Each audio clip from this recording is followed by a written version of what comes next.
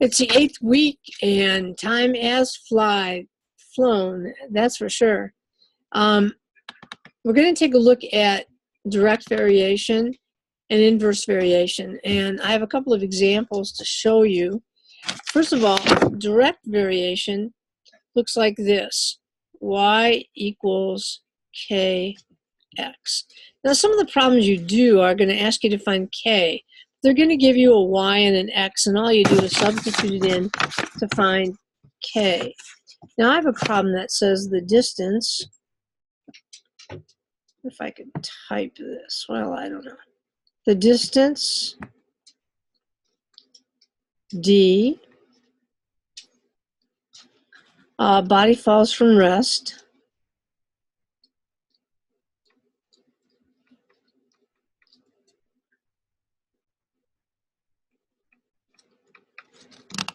varies directly. Now there's the key. If it says directly, then you're going to use this particular formula. And then you just pay attention to the rest. As the square, now that means I'm going to have to square something, so I do pay attention to that, of the time. T.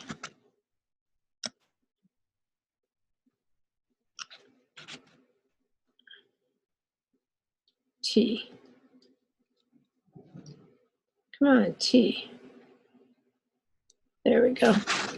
Okay, of the fall.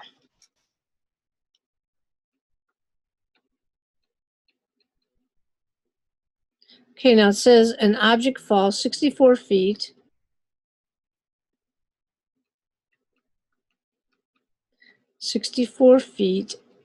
in 2 seconds. S is for seconds. How far will it fall in 9 seconds?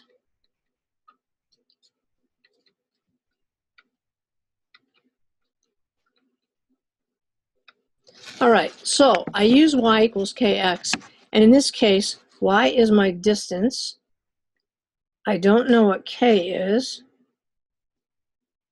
and t is squared. I like to write it out like that first. It says the distance varies directly as the square of the time t. So that's how it should look. Now, I want to know how far it falls in 9 seconds, but first we have to find k.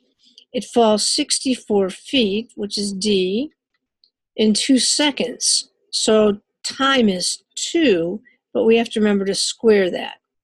So 64 is equal to, I should put an arrow just so I'm going on further. 64 is equal to 4k, and when I divide that out, k is equal to 16. I use that 16 in my formula here to find the distance that it falls in 9 seconds. Now 9 has to be squared, and if I multiply those out, d is equal to 1296. So that's how a direct variation problem would work, and that's the formula we would use. Now, inverse variation has a different formula. It works the same kind of way. You just have to pay attention that it says inverse or direct variation. Y equals k over x. So we'll see it's inverse, the reciprocal. If y varies inversely, if y varies inversely,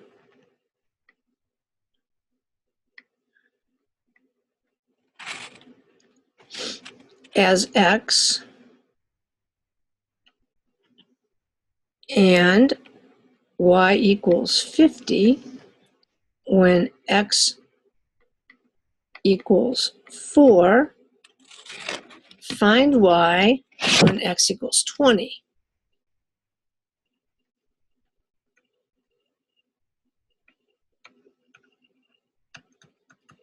Okay, well, first again, I have to find k. So I go up here and I say, well, when y is 50, x is 4. So that tells me if I multiply here, k is equal to 200. And so now I want to find y when x is 20.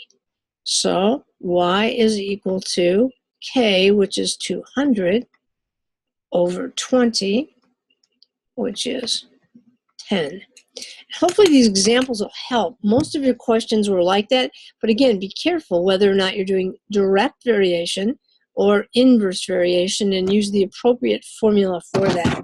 Have a good week. Feel free to ask me questions as the week progresses. Take care.